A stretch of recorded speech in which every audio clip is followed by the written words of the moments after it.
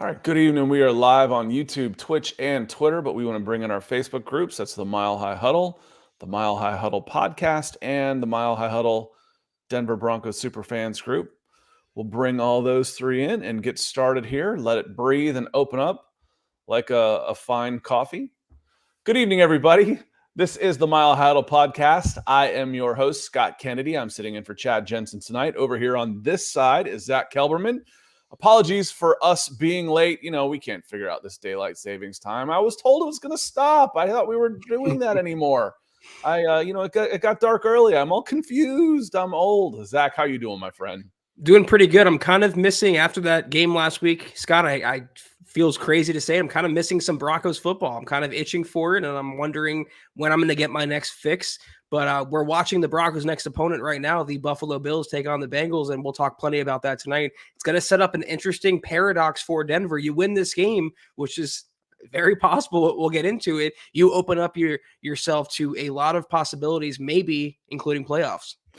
Yeah, absolutely. It's tough to look at right now just because of the standings and the hole that you were brought in, and those tiebreakers make a bigger difference because everybody's still kind of jumbled together because there's only been 8+ weeks played. But it certainly is, after a couple of wins, 2 wins in a row, hey, things look different. And again, it is kind of fun to sit back after a win over the Chiefs and watch everybody else play and whatnot, and have that time to get that good win, to have a week to enjoy it. I know it's been great for Broncos country, but now that week is over. Now it's time we'll look at the Bills a little bit. We're looking at the Bills tonight. They're down 7-0 to the Bengals right now, and this game could go either way, and I'm not sure which you're wanting it to happen if you were a Denver Broncos fan, Zack. I don't really want to play a really good team coming off a loss because I feel like they're a little bit more focused, a little bit more urgent. There's such small margins in the NFL that having just that extra little need, that must-win factor can make a difference, especially a team loses at home and then comes on the road and then comes home to play in a must-win type of scenario. Yeah, the more I pod with you, Scott, the more I realize how much we have in common. We're very pragmatic thinkers, and I agree with you as well. I don't really like taking on an elite team, quote unquote, when they're coming off a bad loss. Though, I mean, look at Kansas City and Miami today. It was a very narrow victory for KC. Their offense still doesn't look all there after that Broncos game. But for the most part, I just think if the Broncos play the brand of football we saw against Mahomes and company, really solid defense, you run the ball, good coaching, Russ makes the passes when he needs to, they're going to be in it against Buffalo, win or lose tonight against Cincinnati. The thing to monitor, though, is that Josh Allen entered the game reportedly with some sort of right shoulder throwing discomfort, and he's going to face a very bruising Bengals defense, or he is now. So it's how he comes out of that game will be a little footnote because the Broncos will be fresh. Yeah, they put a bunch of money into that defensive line, and they do a good job over there. Want to say hello to some folks. One of the reasons we go live when we do is because we like having the community in here and saying hello to Broncos country.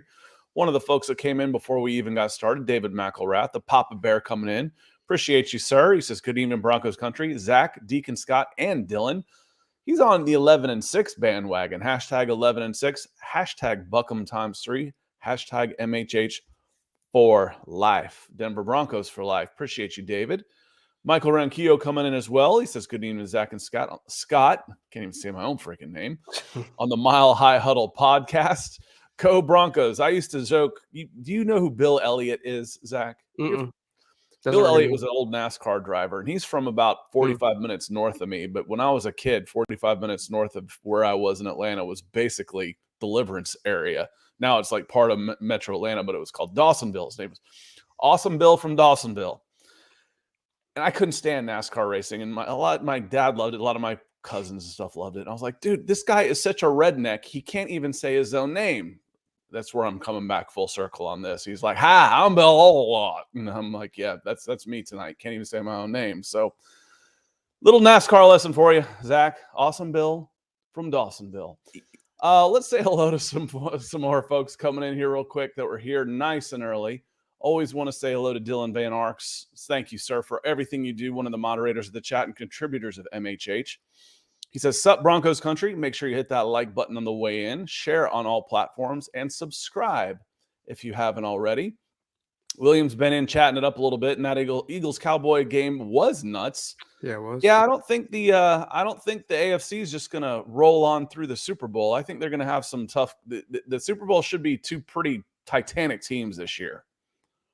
And I got to give Jalen Hurts a ton of credit. You know, I saw him limping earlier. He has that phantom knee injury, whatever's going on with his lower body. He hasn't really talked about it, but he is tough as nails and such a damn good quarterback. I love the slate of games we got today, Scott. There were entertaining matchups throughout, culminating tonight with Bengals and Bills. Doug coming in, he says, KC winning sure makes our Broncos look good. Now let's hope Cincinnati beats up on those Bills. So what do you take away from that game? I'm not surprised. I picked Kansas City to beat the Dolphins just because, again, I think they had a little bit more urgency. They were going to need it a little more. The worst thing that could have happened to the Dolphins was the Broncos beating the Kansas City Chiefs. Championship caliber teams bounce back from that. But, you know, what's your takeaway after watching the Kansas City Chiefs, watching the Broncos throttle their offense, 2 times in a row, 2 times in 3 weeks? You know, what is your main takeaway from – I've seen Kansas City do this to other teams, including going up big on the Dolphins.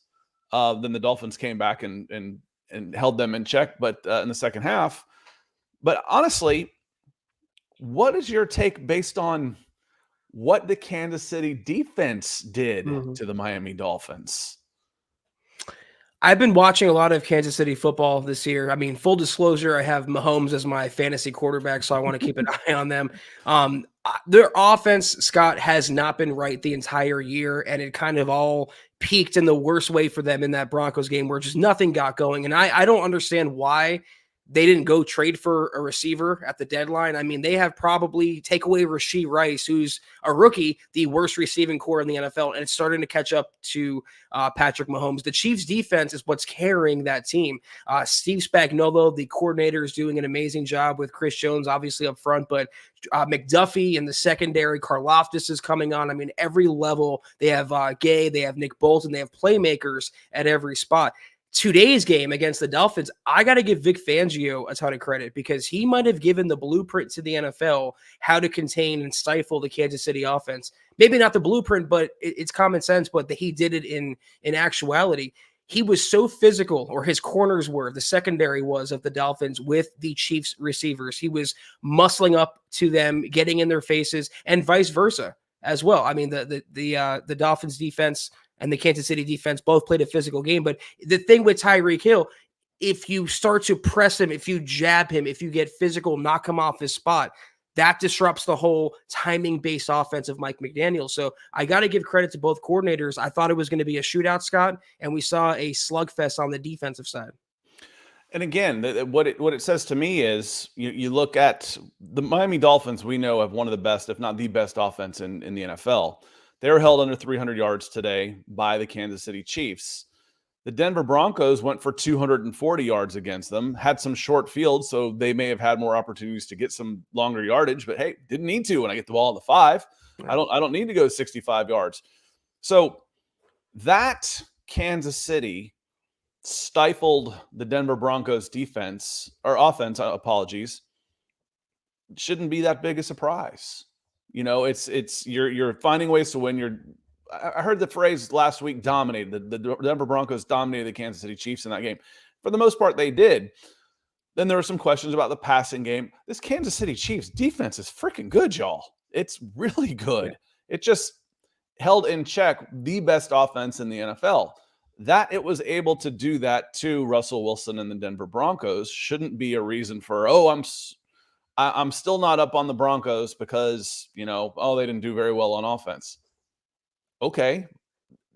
That's okay. I mean, the Kansas City Chiefs defense is really good. That's probably my takeaway from the game this week of watching the Dolphins and the Kansas City Chiefs. Yeah, I mean, if their defense wasn't up to par, they would probably be a losing record or 500 at best. Again, I give Steve Spagnuolo over there a ton of credit for what he's doing. Michaela comes in. She says, you guys, would you draft another quarterback? Young doesn't look good. By the way, when will the drawing be for last month? I would probably say let's try and do it on Thursday.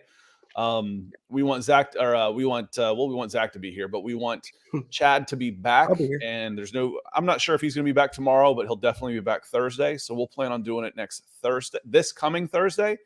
I kind of like doing them during the other football games anyway. It's kind of a slower night. It's a little chill. Let's have our drawing and our giveaways on those nights. So, Michaela, thank you for the super chat. Again, I love being here when I get a chance to say thank you to you live. Do you guys would you draft a quarterback? It depends on where you're drafting, and there's still a long way to go in the season. Right now, I feel like you're okay continuing with Russell Wilson. If you make a playoff run, you should continue with Russell Wilson. If you're finishing 7-10, it's going to be a tough question, man. And the problem, Zach, is if you commit to Russell Wilson, you're almost committing to him for 2 more years, right. 2024 and 2025, because of the guarantees and the money. And there might be something in there that almost makes it hard to get rid of him even in 2026 based on the dead money. So it's going to be tough. It's going to be tough questions, and one we're going to talk about a lot over the offseason, Michaela. Yeah, for a second I was wondering who Young was, but Michaela clarified she was talking about Bryce Young in Carolina, and I agree. Compared to C.J. Stroud, it's 2 different galaxies. But you can't judge. What's your expression, Scott? You don't grade different levels of elite. Yeah, I think that applies I'm not going to argue elite with you. It's like, hey, who's the best quarterback of all time? I'm a Joe Montana guy. Well, I'm a Tom Brady guy. Okay, well that's a good choice. I'm not going to argue with you. That's a good answer. I think the same can be applied to rookie quarterbacks because they're all going to hit that wall. They're all going to go through pitfalls. It's just a matter of when. But Michaela, I kind of want to echo what Scott said. It's too early to tell what they're going to do or what they should do. My personal opinion, they need to have a quarterback in the pipeline anyway. By the start of next season, Russell Wilson will be going on 36 years old. Even if he plays at a high level, you can't move forward. You can't have long-term success or a rebuild if they go that route with a 36-year-old, $45 million quarterback. So it'll depend. And like Scott was saying, if they finish 7-10, it would increase the urgency to acquire a quarterback, maybe in the first or second round. If they finish 9-8, for example, make the playoffs with Russ, well, maybe you can wait to the third or fourth round, and then the urgency would come down a little bit. But regardless, you have to have someone else in the pipeline behind Russ next year. Yeah, and I'm going to do some research on this when I have some more time. Just the idea of how hard it is to hit on a quarterback in day 2. I want to see okay, this is how many quarterbacks have thrown for this many yards or have more than this many wins, comparatively speaking, because again, if with a small enough sample size, I can prove anything you want to. It's like, oh, well, you shouldn't take a quarterback in round X because look at this guy, look at Dak Prescott, look at Russell Wilson, look at Tom Brady, but for the most part, if I look at the top 12 teams in the NFL, there's probably going to be 9 first-round draft picks in there. And you're going to miss on a guy, and we'll see if Young ends up being that guy. And there were questions for these quarterbacks coming in. But C.J. Stroud has wildly exceeded expectations as the number 2 guy. He looks absolutely amazing.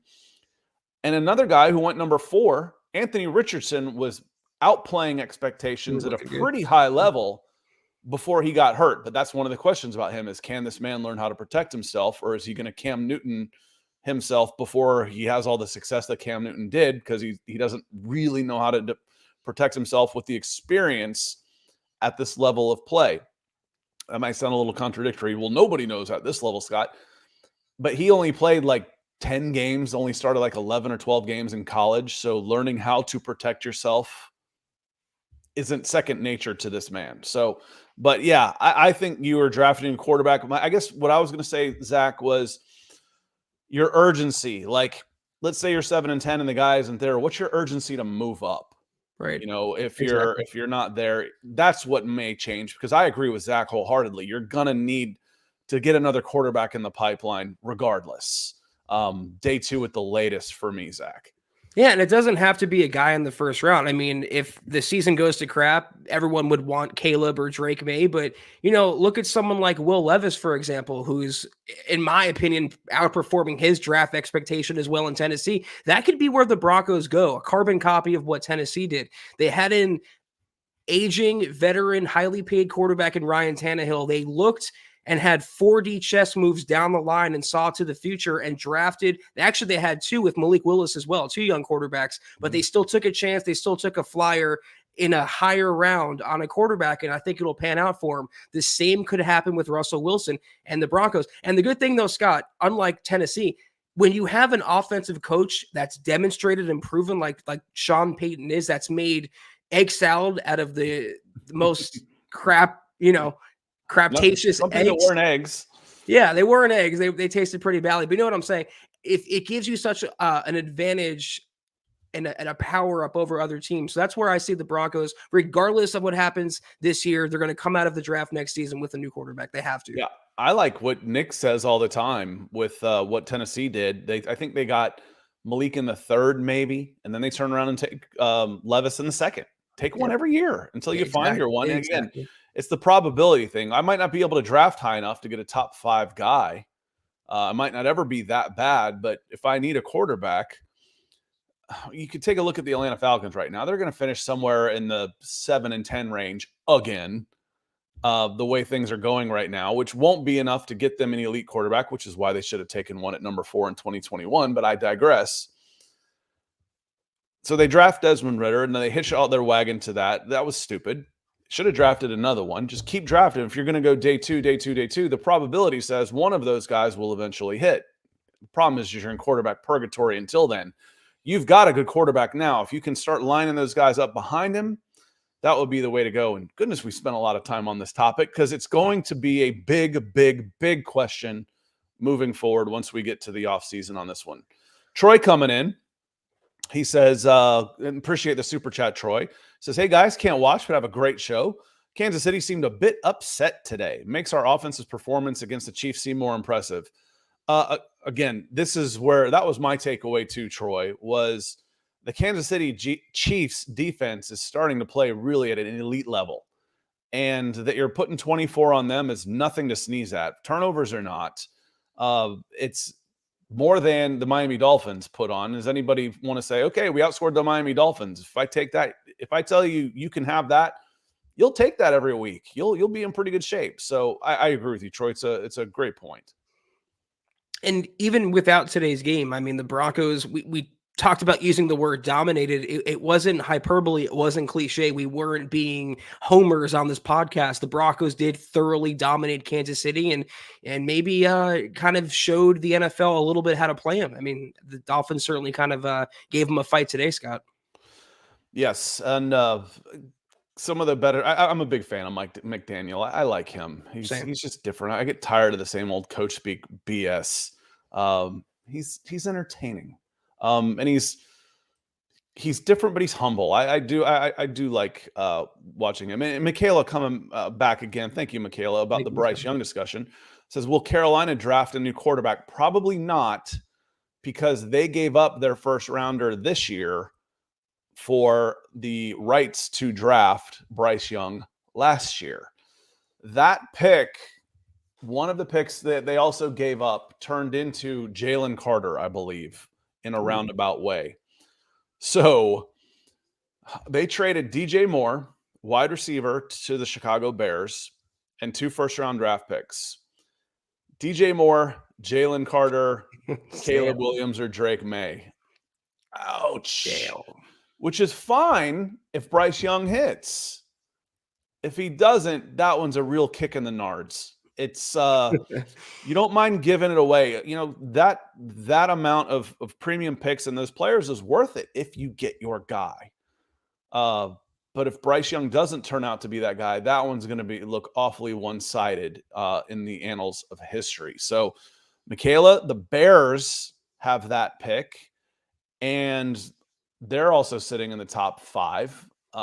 They could come out of this thing, depending on what they want to do. They could come out of this draft with like 4 or 5 first-round draft picks, depending on how they play this, because Justin Fields is probably worth a first-round pick if they wanted to trade him away and then draft a pick with the number 1 overall and then take the number 3 overall and spin it backwards. It's, or they can come out of this with their quarterback, another first-rounder, and Marvin Harrison Jr. I mean, it's one of the reasons why people are hesitant because of that. What could it become to trade draft picks. It's like, oh my God, but it could be this. Mm-hmm.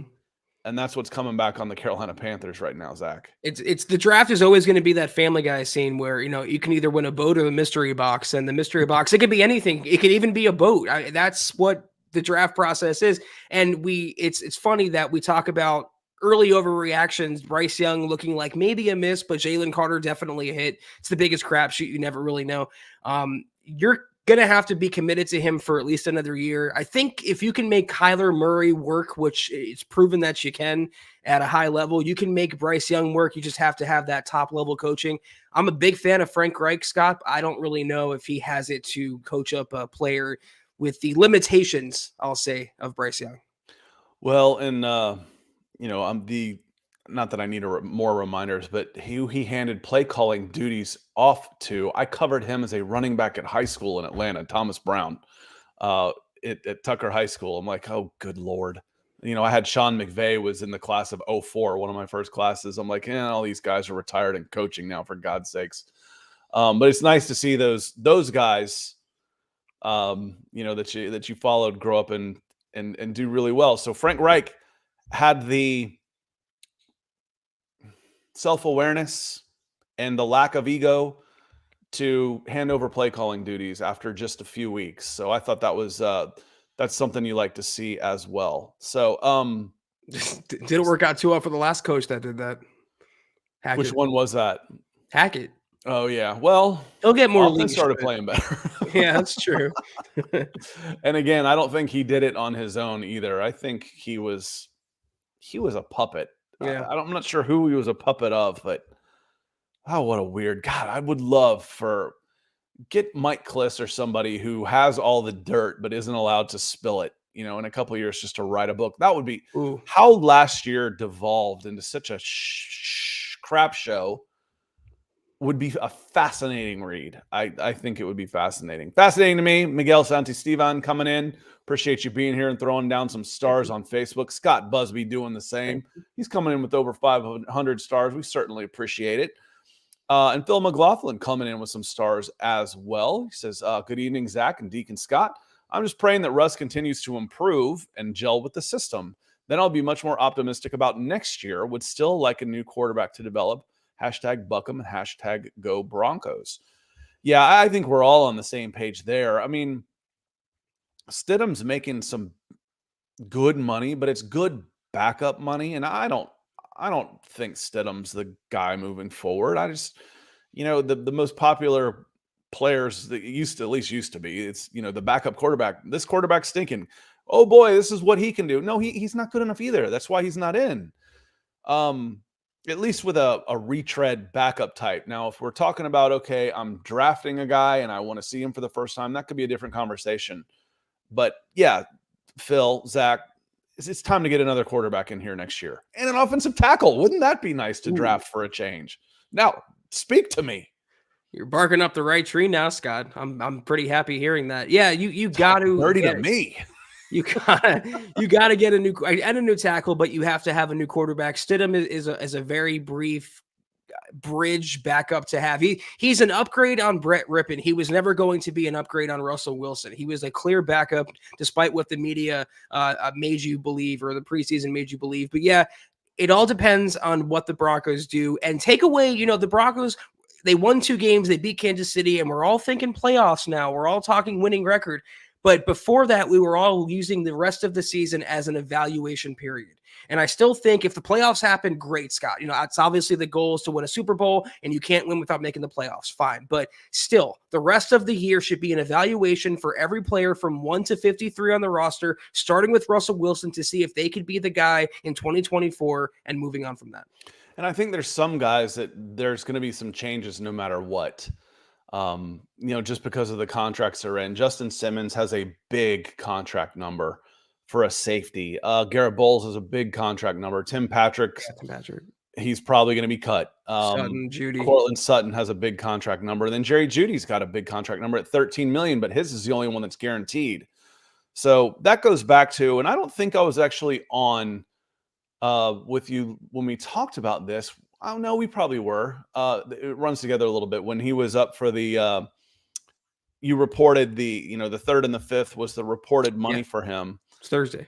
on Thursday. And I was like, listen, if I offered you $13 million of salary cap space for Jerry Jeudy, would you take it? Maybe. Yeah. That's what it comes to. Oh, so I got a third and a fifth. People get kind of wrapped up in well, he's worth more than a third and a fifth. Well, a third and a fifth and $13 million in salary and free agency money. I'm intrigued. I'm listening.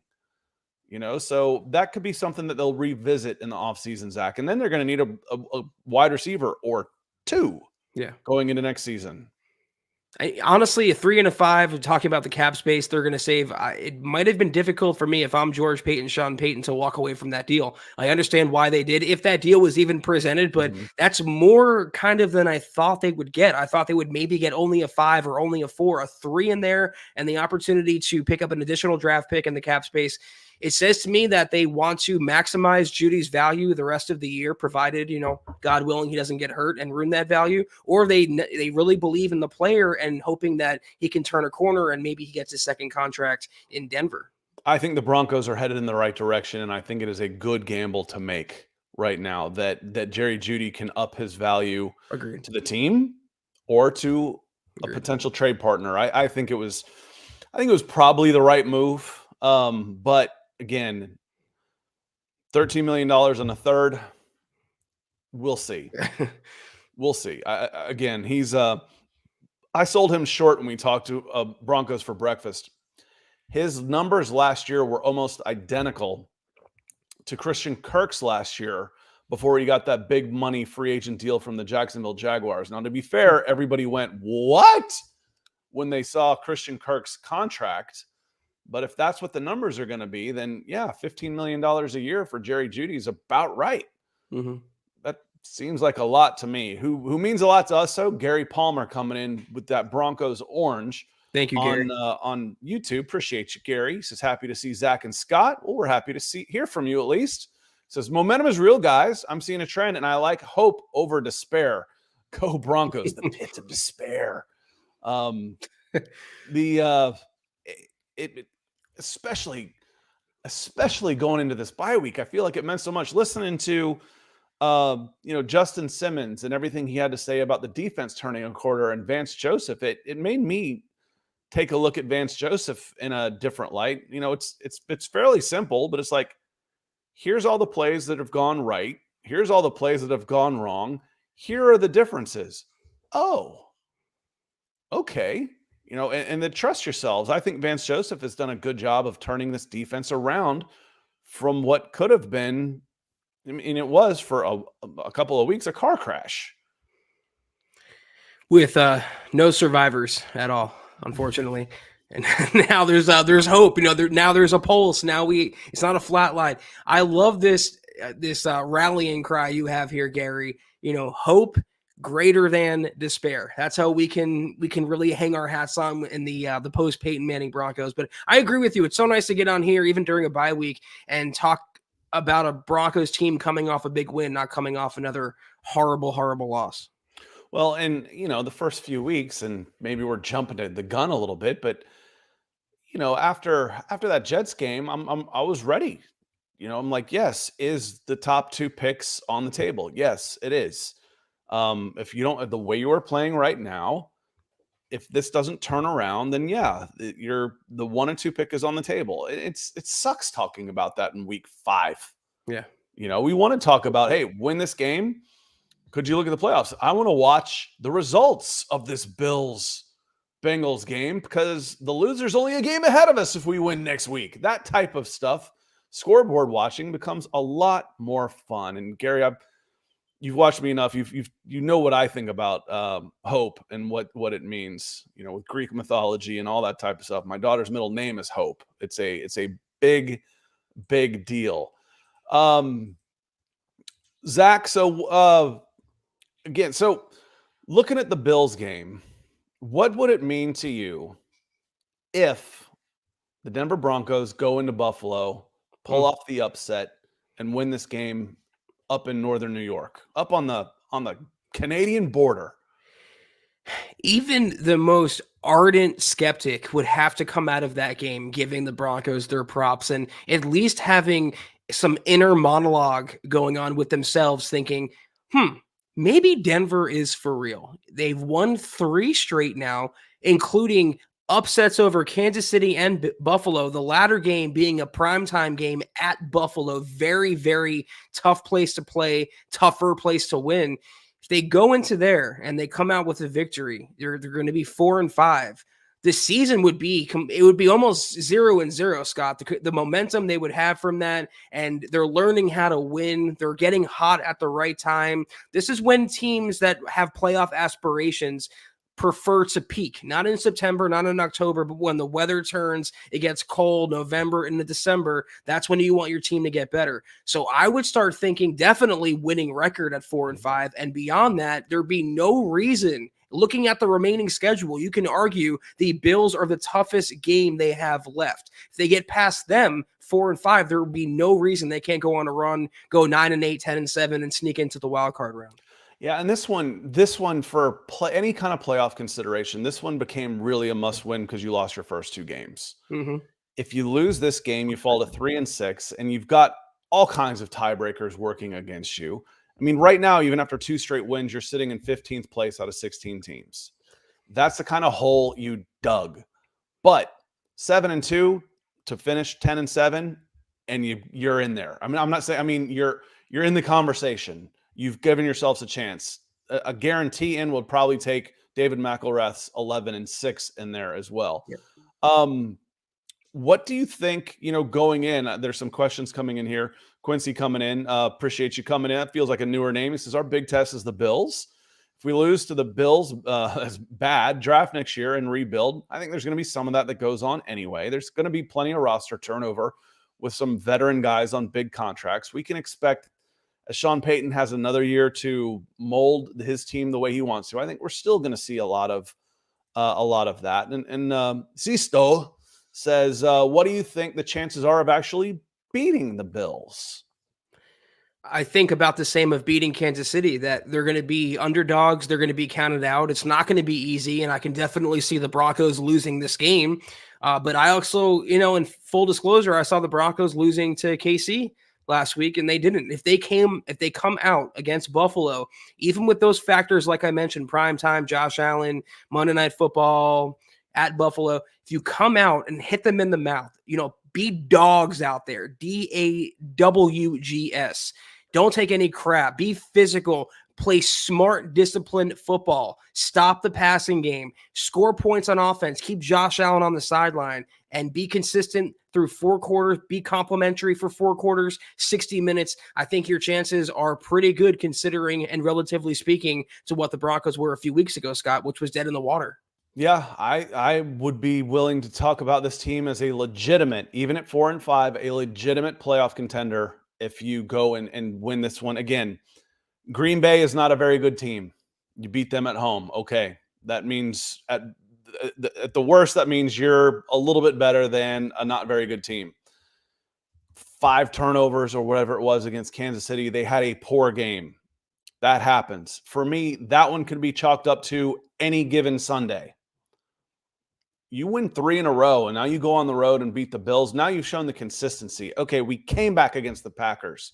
We beat the Chiefs for the first time. 3rd in a row, we went on the road to an AFC powerhouse and beat them. Now you've shown the consistency that you can chalk off 1 as a not very good, 2 as a fluke, 3 in a row. We're talking trends here. We're absolutely talking trends. As Gary Palmer said, momentum. What are the chances of beating the Bills? Not for me, not good. But again, I didn't think that the Broncos were going to beat the Chiefs either. So as Zack said, about as good as beating the Chiefs. What can you do if you can limit their downfield passing game, keep Josh Allen from exploiting his running ability and extending plays? What scares me though, Zack, is the Josh Allen offense and their weapons. It's better than the Chiefs right now. They're playing better. Their skill position players are considerably better right now. I don't think they're playing anywhere near as good on defense. How does that match up for the Denver Broncos? Is the revamped Denver Broncos defense good enough to put the clamps on the Bills? And is the Denver Broncos offense good enough to take advantage of a defense that isn't quite as good? It just depends which version of the Broncos defense and pretty much which version of the Broncos we get in general. Are we going to get the week 5 Broncos who just kind of no-showed on offense against Nathaniel Hackett, or are we going to get the ones that's put up points against the Commanders in the second half? Which defense are we getting? The one that let Justin Fields be a perfect passer, or the one that put the clamps on Patrick Mahomes and company? They definitely have now we could say they have the horsepower. The personnel may not be as bad as we thought. If Vance can come up with a creative game plan to, like you were saying, Scott, keep Josh Allen off the field, don't let him going in the pocket, and get the ball back to your offense. The offense, meanwhile, I mean, the Bills have players on their defense. They have Von Miller. They have players in their secondary. They just traded for Rasul Douglas. They have Poyer and Micah Hyde. But if you play smart ball control football, run the damn ball on offense, keep that going with McLaughlin, Perrine, and Piron, and Javante, there's no reason why you can't have a similar outcome, which is a lower scoring game, but that would be in the Broncos' favor. Sisto says I pronounced his name perfectly. That makes me happy. Nice. I'm glad. Michaela follows up. She says, "Am I an awful person for hoping that Josh Allen gets hurt? Not bad enough to miss not bad, just enough to miss a game. Maybe be a little sore. I'm not wishing. I want to beat a team when they're at their best. Exactly. I want them to. I don't want any excuses, and I'm not having the Patrick Mahomes was sick excuse at all. I've been saying that one from the beginning. The Chiefs didn't lose that game because Patrick Mahomes wasn't making plays. That wasn't the problem. This wasn't, a guy who scores 40 a game in basketball only goes out and scores 15 and he's 3 for 18 from the field. Patrick Mahomes was still making plays unless he was, getting stuff on the ball when he sneezed. He can't catch it for them too. He can't catch it for his receivers too. He can't block for himself either. So I'm not having that. Now, you can't count on 5 turnovers a game. There's some fluky stuff that goes on. Yeah. But the fact that didn't happen in a 16-game losing streak, that they avoided a game like that, is mathematically almost impossible. You're going to have a game like that every so often. It happens. Scott Busby's come back in with some more stars. And with the thanks for following up on this, Scott. It's flashing stars and then without the comment. So we'll keep an eye on that. Make sure we take care of you because you're taking care of us. He says, for whatever reasons, it's not reading my messages. I was saying I believe Russ has lasted so long because he takes good care of himself on the field. He doesn't take a lot of big shots, does he? He hasn't had too many injuries in his career, has he? No, I mean, he was been remarkably consistent up until that 2021 season, 2020, when he had that finger injury. But he does take some unnecessary sacks on the field. That's the only thing. But otherwise, I agree, Scott. Yeah, it's and could he get an extra yard here or there? Protect yourself. You're the quarterback. That's at the top of the show, Scott. We were talking about what Anthony Richardson has to learn. He has only started and finished 1 NFL game. And then he's out for the season. So I think he had like 5 starts, maybe 4 starts, and he only finished 1 of them because he had to come out. Take care of yourself, man. I mean, get your yards, get out of bounds, slide, take advantage of it. And then every so often, we've seen Russ put his head down and go for the end zone. We saw him do it last year in the midst of a lost season. I don't remember which game it was, but it was one of the last Kansas City. games. May have been against the Chiefs. Yeah. We've seen that happen. You take your chances when they're going to pay off, not just because I'm 6'5" and 250 pounds like Anthony Richardson. Those guys are too, is the problem. So appreciate you coming in, Scott. With the follow up on that one. Wanted to hit some more stuff in the chat that came in. We'll probably keep it a little short here tonight. Well, we're already at 40 minutes. Hell, it's not that short. Time just flies when we're having fun. There's some Russell Wilson discussion in here. Phil McLaughlin says, watching this game tonight, Cincinnati is running against the Bills and then hitting the quick short passes sounds like a plan for us. The Bills defense is the number 20 rushing defense in the NFL. The Denver Broncos offense is the number 12 rushing offense in the NFL. So that could be a place that you can take advantage of, Phil. Zach? Ding, ding, ding. Yeah, you got it. It all starts in the trenches in this game. It's again, it's not going to be easy to keep Josh Allen on the sideline, to win TOP, to control the football, but you got to get the running game going. Javonte Williams is going to have to do exactly what he did against Kansas City and more. P. Ryan the same. McLaughlin, when he runs the ball as opposed to catching it, the same as well. Keep the chains moving, keep the clock moving, and put up touchdowns and not field goals. And I'll be honest, you stand a really good chance of springing that upset. Keith has an off-season question. He says, is it more important to this team to add a cornerback or a tight end? It's so tough to answer right now. I want to see how some of the younger players progress in the secondary. Damari Mathis had a rough go, obviously, but Jaquan McMillian is looking like the truth opposite PS2, which is such a tough position for any corner to play opposite an all-pro who shuts down one side of the field. More important overall, I'd say, is cornerback, and Sean sees his old boys like Adam Troutman in that role. Doesn't seem, Scott, like he wants a Kyle Pitts at tight end. He would prefer a workman-like traditional 3-down blocker tight end to be his top guy. I think replacement level tight ends are a lot easier to find than replacement level cornerbacks. True. Just the importance to, I can find a guy to do dirty work and block pretty easy and pretty cheap at tight end. If I could get me a average to above average starter at corner, I'd take it over the tight end. They're so much harder to find. It's just a different skill set, and they just mean so much. And you need so many of them. You end up playing, 6 corners at least over the course of a season that you really can't have enough. Tight end, if I lost Manhurts and had to bring up Atkins in his spot, how much difference would this offense really look? No, you're right. I mean, it may look hugely different, and you can say, Scott, you just don't understand the importance of the tight end to this, the importance of Chris Manhurts to this team. Maybe I don't, but I've seen what a disaster it can be if I've got Damari Mathis out there not playing well. I've seen what it can be when I've got one hole in the secondary. I've seen what a disaster that can be and how it can sink your entire game plan. So for me, I'm going cornerback right now. And I'm not done with Dulcich either, Scott. I'm not giving up on him. I think when he comes back, if he can stay healthy, I know that's his bugaboo, he can definitely be a weapon and maybe tight end one of the future. Scott Sisto asked, do you know if Von Miller will be playing on Monday night? I haven't seen an injury report, and I haven't been able to watch closely enough to see if he's playing tonight. So I don't know on that one. Maybe someone else can ask. Look at Michael Ranquillo coming in with the huge stars, and this might be a send-off for us tonight, Zach. As he says, great show tonight, Zach and Scott on the Mile High Huddle. Thank you, Michael. Podcast. Thank you, sir. Huge stars. Appreciate all the support that you show us. And Zach, I don't know about you, but I'm about ready to call it a night. Yeah, I'm just watching this game, and the Bengals DC Lou and I can't pronounce his last name. Anarumo? You know how to pronounce a numero, whatever. He should be an NFL head coach. This Cincinnati defense, year in and year out, and Michael Ronquillo says Vaughn is playing. That'll add another element to this game.